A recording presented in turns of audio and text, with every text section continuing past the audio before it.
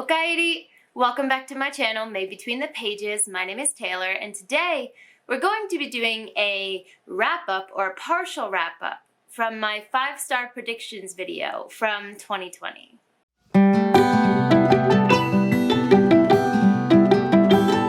There were 2 parts to my 5-star predictions of 2020, and there were quite a few books on there. I read about 8 of those books last year in 2020. So what I wanted to do was do a consolidated wrap-up of those specific books and see if they ended up being 5 stars. Obviously, as new books have come out or have started new series, more 5-star predictions will be added to the list, but I wanted to make this video based on the original videos I released on my channel.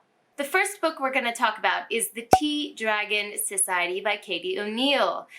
This book did meet my expectations. It was 5 glowing stars. I expected this book to be heartwarming and to just bring me joy, and that's exactly what it did. I ended up getting actually quite sick for about a week and a half back in August last year, and so I was just kind of stuck in bed hating life, and I decided to pick this book up, and it truly was the ray of light I needed in that moment. I read it all in one sitting. Katie O'Neill is an angel and has it for free online, so you can go to her website and find it. But I definitely plan to support her and buy a physical hardcover copy of this in the future.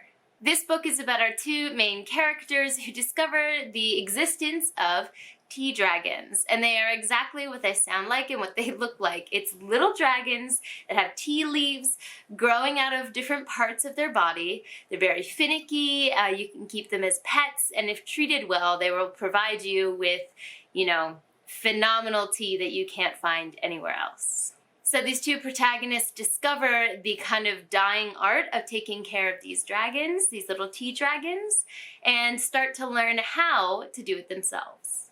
This book is about found friendship and finding yourself along the way, and it's just joyful. The art style is also super unique and full of comforting color palettes. I haven't read the second book, which I'm sure is also going to be 5 stars, and I believe that the 3rd book releases soon. The second book I read from this list in 2020 was The Sword of Kygen by M.L. Wang. This book was actually a gift from Sophia over on Fantasy Book Addict, so thank you so much for sending this to me, Sophia. Unfortunately, this book didn't quite meet the 5-star expectation. I ended up giving this book 3 stars. Obviously, I have wrap-ups where I talk more in depth about each of these books, and I'll be sure to link them in the comments down below with, the book and then the link to the wrap-up that the book is in. But my review for this book gave me a lot to talk about. The beginning to the middle of this book, specifically the middle of this book, is absolutely 5 stars. The writing is gorgeous, the character work is on point, the magic system and fighting scenes are amazing, and when I got to part of the way through this book, the part that everyone cries at, I also cried. I bawled my eyes out, and that's just a testament to how good the character work was in the first part of this book. M.L. Wang made an interesting choice to make the climax be in the middle, and then the second half of this book is essentially our characters dealing with the aftermath of that climax. I do think that that can be done really well, and I think that there is value in looking at the aftermath of wars, not just the heat of a war, like the middle of the war and the cool battle scenes, but trying to talk about what happens after. I do think that there's value in that, but the way that it was done in this book just didn't work for me. I felt like the characters were just kind of wandering around. And there's this one character who does a complete 180 of their personality like that, and all the other characters in the book are like, oh yeah, cool, like that makes sense, they just accept that it's a 180, but even in the climax of this book, the character wasn't moved to change, and so I just did not buy that change whatsoever, and I didn't buy the other characters' acceptance of that change at all, and that really ruined that character arc for me, and that was kind of a sore spot at the end of this book. Also, something else I talk about in my review is that this book is based very strongly on Japanese culture, which I love the idea of, and a lot of the time that representation was well done and natural. However, I don't know why, but Wang seemed to find it necessary to put in Japanese like language to suddenly insert it into the book, and it always took me out of it because while the Japanese was grammatically correct, it wasn't necessarily situationally correct for the times when, you know, they were speaking. So that really pulled me out of the book, and I don't think the book needed that. It's pretty obvious through well done world building that these characters are going to be speaking Japanese to each other pretty much all the time, and we're just reading it in English, right? So there'd be situations where there's a translation situation happening with someone else who speaks another language, and at that point, I guess to reiterate that they were speaking Japanese, Wang wanted to include actual Japanese, but it never seemed like it flowed to me, always pulled me out of the story, and I just wasn't a fan of that. But like I said, there were a lot of really good points to the story. It just didn't get brought home for me. So do I think this is a bad book? No. Do I think you should pick it up if you're interested in it? Absolutely. I am interested in future works by this author, or maybe in this world. Right now this is a standalone. The world and the magic system were so cool that I'm definitely down for reading more books about those aspects of this world. Also, this is a self-published book, and it's always good to give self-published authors a chance, you know, and put them in the limelight, especially if they deserve it. The next 5-star prediction I had was Tomo-chan wa onnanoko. This is a cute little manga series that features Tomo-chan and her best friend, who I have forgotten his name. But yes, him. And Tomo-chan confesses to him in the first volume. And she's very tomboyish, not very girly in your stereotypical, you know, view of what girly is. And he just says, "LOL, love you too, best friend," and completely friend zones her. So this series is about their kind of boisterous relationship and their group of friends at school. I haven't finished this series. I've read the first either 2 or 3 volumes, and I ended up giving it 4 stars. I am reading it in Japanese, so it takes me a lot longer. This book is uniquely difficult in a good way because the kanji don't have the hiragana way to say the kanji or read it written above it. So if there's a kanji that I don't know, I just don't know it. So I think that that's really good for reading comprehension, but it does make it a bit slower for me. So I've only read the first couple volumes, and it ended up being 4 stars because the style of this comic is like a 4-panel per page kind of style. So there's 4 panels here that make one story. And then these 4 panels will be a completely separate story. There is an overarching, you know, story, like I said in the beginning, that goes through, but it will jump from like location to location and person to person without really giving an explanation as to why the jump happened sometimes. So sometimes they flow nicely, and sometimes I'm stuck, you know, kind of, when did we go from these 2 characters to these other 2? And I think a part of that could be it's harder for me to jump those gaps reading Japanese, but that did hinder my enjoyment a little bit because I was pretty disoriented multiple times throughout reading it. However, I love these characters. I've laughed out loud multiple times reading it, and it's just a really fun kind of slice of life shoujo manga. This next one broke my heart a little bit because the first one is one of my favorite like fantasy books ever, and that is Shorefall by Robert Jackson Bennett, the second book in the, oh, I don't know, what is this? This trilogy called? I don't know, in this trilogy. The first book being Foundry Side. So Foundry Side is, like I said, one of my favorites, so I expected this one to be 5 stars as well. This ended up being 4 stars for me. I think one of the main problems for me was there was a huge gap in time between the end of Foundry Side and the beginning of Shorefall, and I'm a very character-based reader, so I need to care about the characters and their relationships with each other in order to feel super invested in the plot or in the story. And we didn't get to see these relationships develop throughout that large gap of time. So I was just supposed to take for granted like the progress that these characters had made or the relationships that they now have. And for me, it was kind of hard to get into the characters because of that. There's a big found family dynamic to the story, and at the end of Foundry Side, it's just chef's kiss beautifully done how it's set up for the future. But I feel like we missed a lot of those fun little moments and family building between the gap between the two stories. So hitting the ground running in that way isn't the best for me personally as a reader. So I think that that hindered some of my enjoyment. However, the magic system development in this book and the expansion of the world is amazing. I am so invested in this magic system. It's so unique. If you don't know, the magic in this world is called scriving, and basically it's coding, but like magical coding for objects. So you can convince an object of a reality that isn't actually reality by scriving it. So the example I always use on my channel is you can scrive a wheel to make it feel like it's going downhill so that it will continuously move forward on its own. And the application of this magic system and the places that Robert Jackson Bennett takes it are so cool in this book.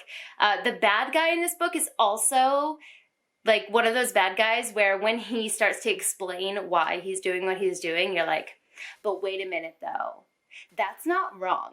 And I love when the bad guys are like that. When you're like, wait a minute, you actually have a point and you might convince me. So even though this wasn't 5 stars like the first book, I still really enjoyed it, and I will 100% be picking up the next one in this trilogy.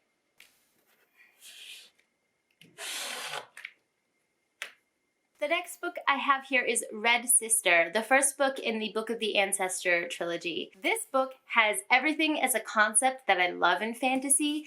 Found family aspect. There's a school setting of, assassin nuns and, badass women of all shapes and sizes and strengths. And it's just set up to be a 5-star for me. However, this one also didn't quite make the mark. I ended up giving it 4 stars. The magic system and the setting were just as promised, and I was really intrigued by them. I loved, the world building here and the interludes in this story. So like the intro and then at the end and just a couple points through the story, we flash forward in time to when our characters are older and not in the school setting anymore. And those flash forwards were so well done. Like they dropped little hints of what was to come, and it had me making theories left and right, really got me wanting to read the present day story in order to get to those flash forward points. So I think that that is where the writing skill really was demonstrated in this book. Where the writing fell flat though, unfortunately, was character work and friendships.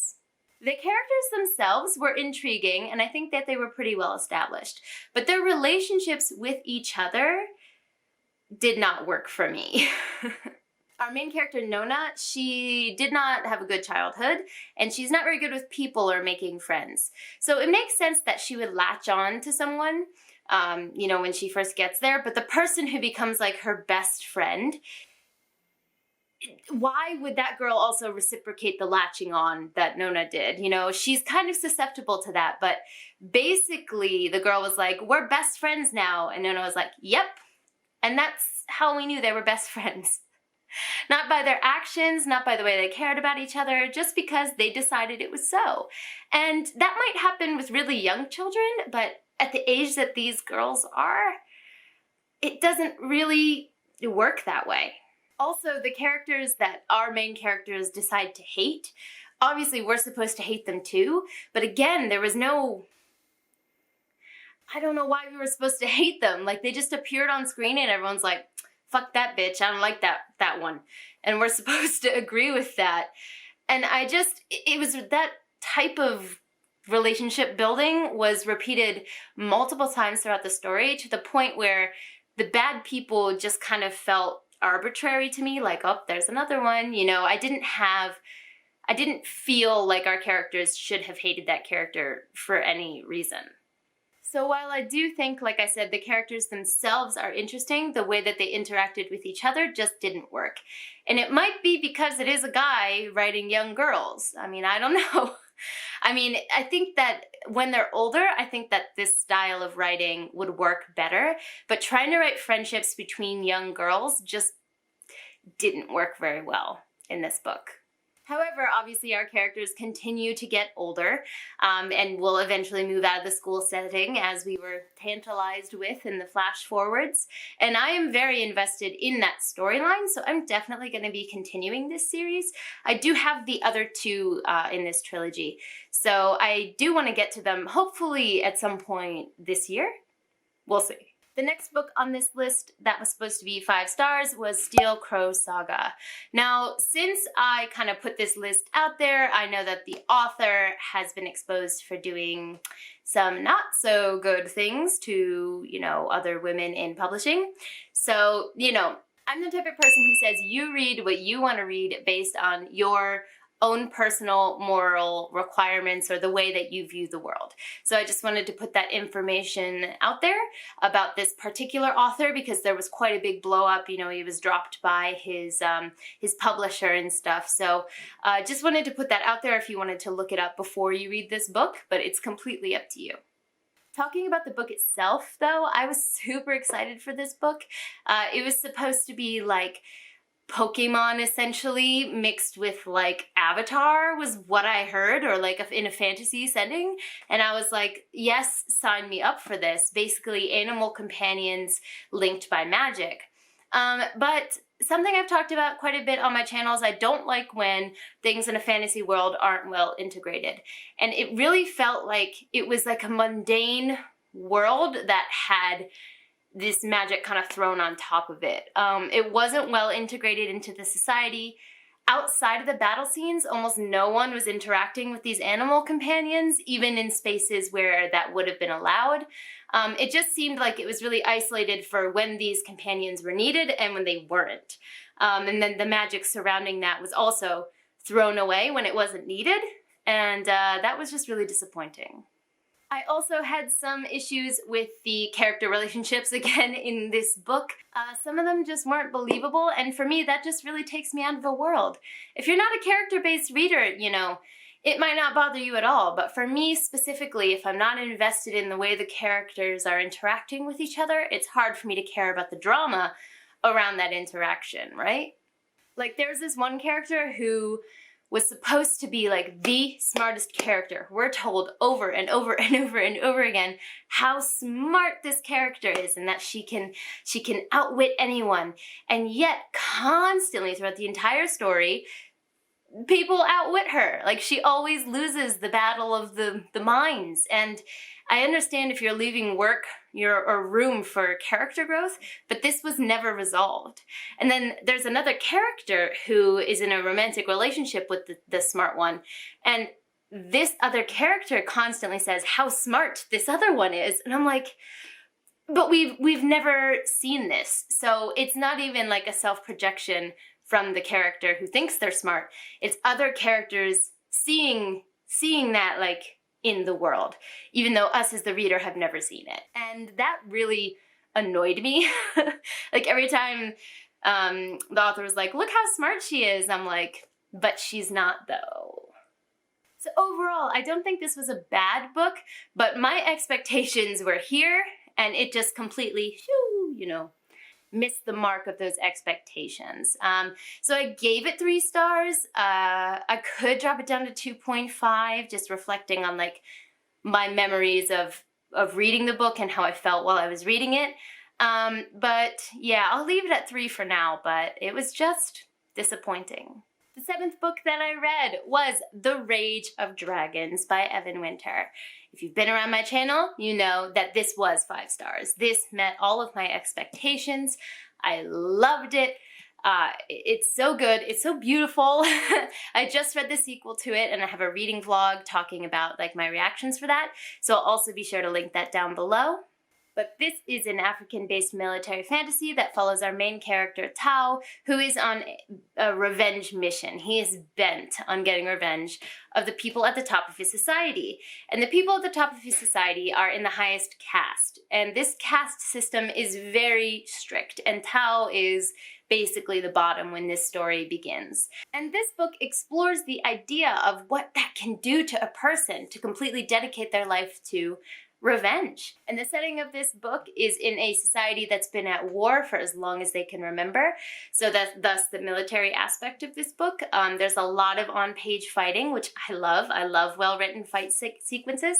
And this is very, very well written in that regard. So I was eating that up. Just keep that in mind if you're not like a fight scene on the page kind of person.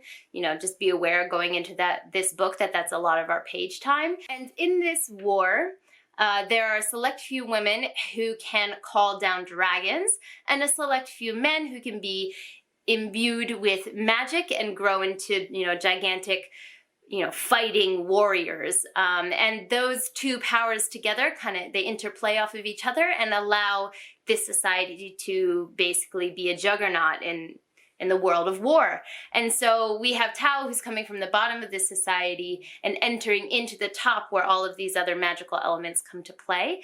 And I think it's beautifully done. The second book was also amazing. I cannot wait to continue with the series. If you haven't picked this up yet, please, please do it. It is so good. The last book from my original predictions video that I read in 2020 was The Fifth Season by N.K. Jemisin. This book was so close to a 5 stars for me, but it ended up coming in at 4. This is basically due to the issues I had getting into the beginning of this book.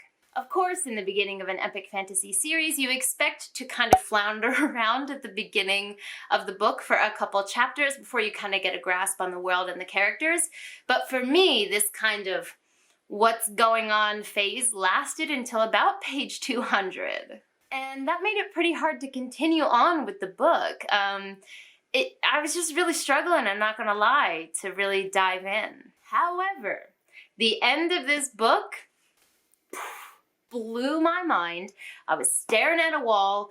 I literally put the book down and stared at a wall for a good couple minutes because I could not believe what had just happened. It was so good, the end of this book. And so I'm so glad that I pushed through even though I was struggling, because I had so many people telling me, just wait till you get to the end, like it's gonna be so worth it, it's so good. And they were right, it is so good. But I can't ignore how I wasn't enjoying my experience for the first, 150, 200 pages. So that has to knock off a star for me. I am really interested in reading the rest of this series, of course. My library here does actually have the physical copies of the other 2 books. I think it's the Obelisk Gate and the Stone Sky. So I can pick those up physically, again, hopefully this year. But I'll definitely be continuing with the series, because if the end of this book is any indication, I can't wait to see what N.K. Jemisin has in store for me in the later parts of these books. That concludes this partial wrap-up for my 5-star predictions. I do plan to do this at the end of every year. Again, I'll probably have more 5-star predictions, this year, based on new series that I start or new books that come out. But I think it'd be pretty cool to go back and reflect on this original video as I move through the list. And maybe I'll just combine the videos and end up doing, a big wrap-up at the end of all of the ones that I have on my channel. We'll see. I do think I've gotten a lot better at predicting books that I'll love over this last year of reading. I've really kind of gotten to know my current tastes really well. Obviously, some of these books I was really excited for and they just didn't hit the mark, so obviously that's still going to happen. But I think that I've done a pretty good job of curating my tastes. So hopefully my predictions can hit the mark a little more in the future. Let me know in the comments down below if you have any 5-star predictions that are kind of on your radar right now, or if you've read any of these books yourself and you agree or disagree with what I had to say. Either way, I'd love to chat with you guys in the comments down below. But for now, I'm gonna head out. Jenny!